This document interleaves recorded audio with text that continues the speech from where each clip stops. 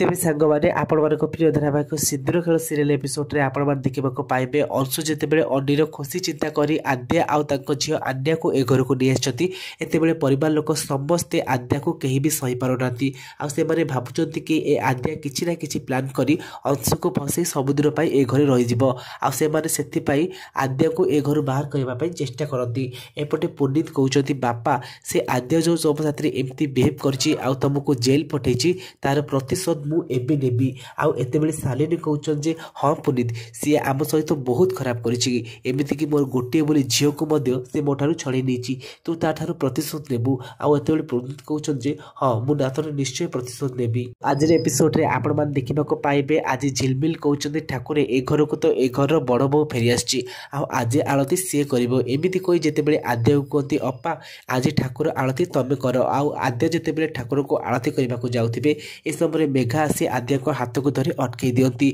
आउ कहती कौ अधिकार तू ए घर आळती करूचु तू कौन जाणु ए घर आळती करने को केवल ए घर बड़ बो माने योग्य होइतांती आउ तू तो ए घर किछि भी नुह तेबे कौ अधिकार नहीं तू ठाकुर को आळती करने को जाउचु एते बेले आद्या आउ झिलमिल पूरा चीप थिबे। तेबे फ्रेंड्स आपण मान कोन लागुची कोन आद्या मेघा को ठीक जवाब देबे।